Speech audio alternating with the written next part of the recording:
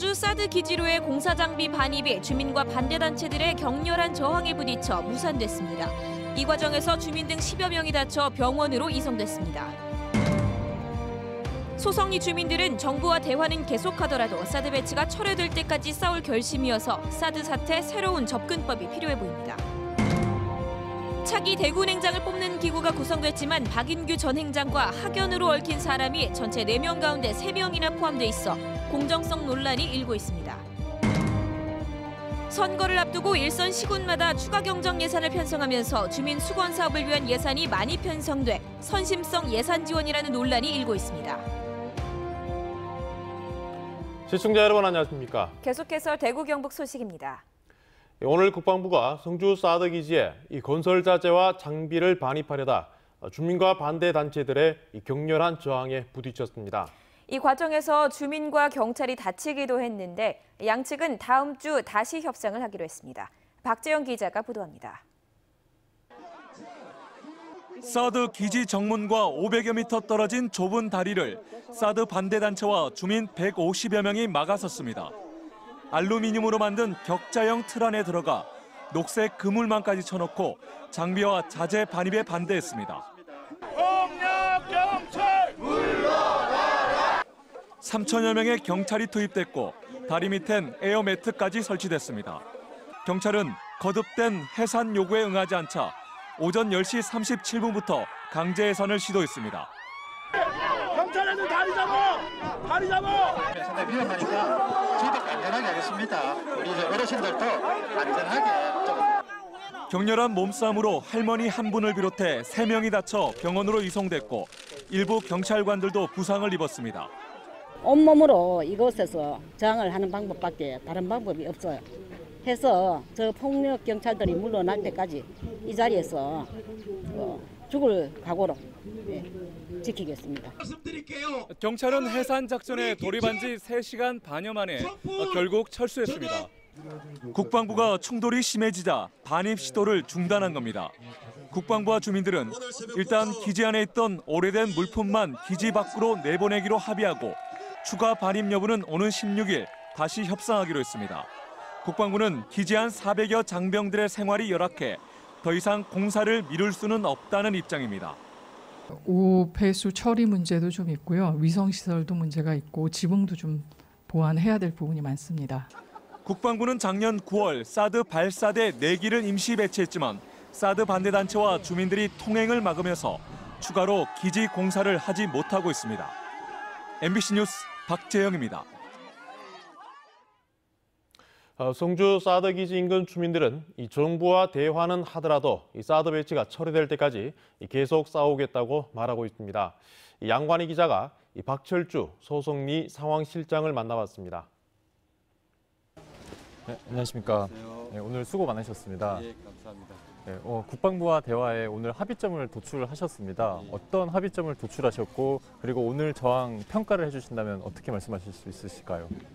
작년 11월 26일 날 사드 부지의 공사 때문에 들어가 있던 지게차, 그리고 포크레인, 로라 여러 가지 장비들을 오늘 꺼내는 것만 하고 나머지 사드 공사에 대한 모래와 자갈은 오늘 안 엮는 걸로 해서 저희도 집회를 마무리하고 이렇게 평화적으로 집회가 끝난 것 같습니다.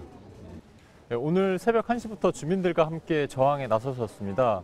오늘 이렇게 저항에 나서신 이유와 그리고 가장 힘들었던 점 설명해 주세요. 저희가 재작년 7월에 사드 배치를 발표를 하면서 사드는 우리나라 국외에 핵무기나 ICBM을 방어하는 체계가 아니다라는 것이죠. 그걸 알게 되고부터 이 싸움은, 이 투쟁은 시작했다고 합니다.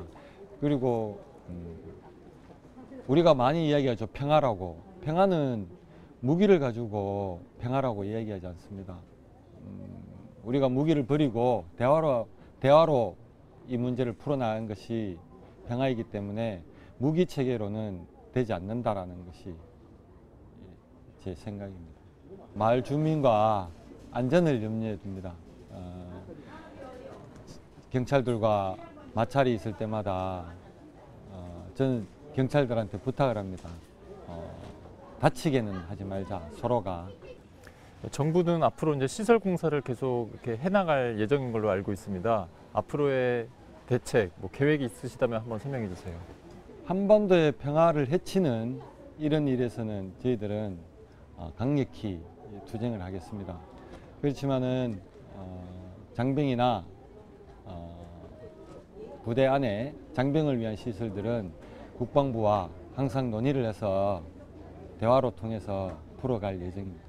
재작년 사드 배치가 결정된 뒤로부터 저항을 계속 나가고 계신 중인데 마지막으로 이렇게 정부에 바라는 점 있으시면 설명 부탁드리겠습니다. 참 어려운 질문인데요. 평화죠.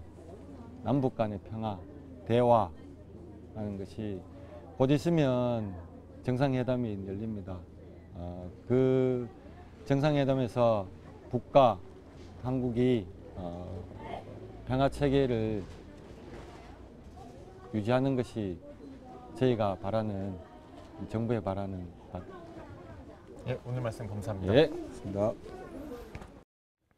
오늘 오후 2시 반쯤 경산에 있는 직업전문학교 기숙사에 불이 나 교육생 3명이 연기를 마셔 병원 치료를 받았습니다. 2층짜리 기숙사 건물의 절반 정도가 불에 타 소방서 추산 3,500만 원의 재산 피해가 났습니다. 경찰은 기숙사 밖 쓰레기 더미에서 불이 시작됐다는 목격자 말에 따라 정확한 화재 원인을 조사하고 있습니다.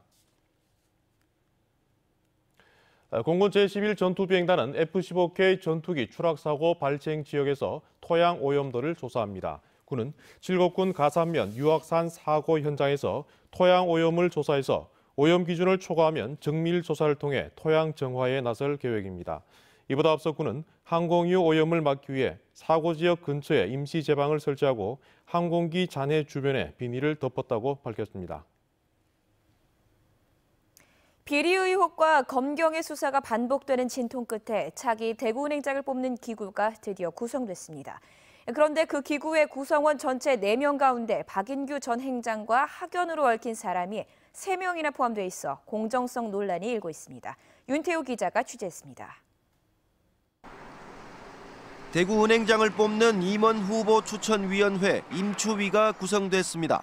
사회이사 전체 5명 가운데 조카 채용에 관여한 1명이 빠지고 4명으로 구성했습니다. 이 가운데 박인규 전 행장이 나온 대구 상고나 영남대 출신이 무려 3명입니다. 차기 행장 후보군에 포함된 전현직 임원 가운데 상당수도 특정 학교, 대구 상고나 영남대 출신입니다. 투표권을 가진 임추위뿐만 아니라 행장 후보 상당수도 박 전 행장과 학연으로 얽혀 있다는 말입니다. 그런 구조하에서 분리를 하면 은행장이 제대로 선출될 수 있겠느냐. 그 결국 표싸움이거든. 기울어지는 운영이 아니냐 이런 얘기가 나올 수밖에 없는 거야. 차기 대구은행장으로 물망에 오른 전현직 임원들도 공정성에 의문을 제기하고 있습니다. 팔이 안으로 굽는다는 식으로 차기 행장이 선출되면 줄 세우기나 인사보복 같은 폐단이 되풀이될 수밖에 없다고 주장합니다. 정부 대상으로 제가 나갔는데 기자금이나 채용비리나 그 라인에 있는 사람들이 학교 후배들이나 그런 사람들한테 물려주면 은행의 변화나 혁신은 좀 영원하다고 봐야 되는 거지. 임추위도 이런 논란을 의식하고 있습니다. 상대적으로 박 전 행장과 학연 고리가 적은 금융지주 임추위에서 행장을 뽑아야 한다는 목소리도 나오고 있어 임추위 구성과 운영에 어떤 변화가 생길지 지켜봐야 할 부분입니다. MBC 뉴스 윤태호입니다. 봄철 본격적인 농사철이 시작하기도 전에 농작물 피해가 큽니다. 4월에 내린 눈과 서리 그리고 영하권 기온으로 냉해가 발생한 농경지만 600헥타르, 이 축구장 800개 면적이 넘습니다. 한태현 기자가 보도합니다. 성주군 대가면에서 20년째 배농사를 하고 있는 배용태 씨는 올해 농사를 포기했습니다. 지난 8일 수은주가 영하 3도까지 내려가면서 핀지 얼마 안 된 배꽃이 죽어버린 겁니다. 썰이가 보아이 와도 이 꽃이 덜 피는 거는 덜은 열매가 맺었는데 이거 올해는 뭐 영헌이라고 한 개도 좀 된다 싶은 게 한 개도 없어요. 농작물 냉해는 성주를 비롯해 고령, 경산, 영천, 포항, 문경 등 경북 10개 시군에서 나타났습니다. 지난 7일에서 8일 사이 기온이 영하 2도에서 3도까지 떨어지거나 서리가 내린 지역들입니다. 냉해 작물은 배뿐만 아니라 감자, 참외, 사과, 자두, 복숭아, 블루베리 등 최근 꽃이 피거나 싹이 튼 작물들입니다.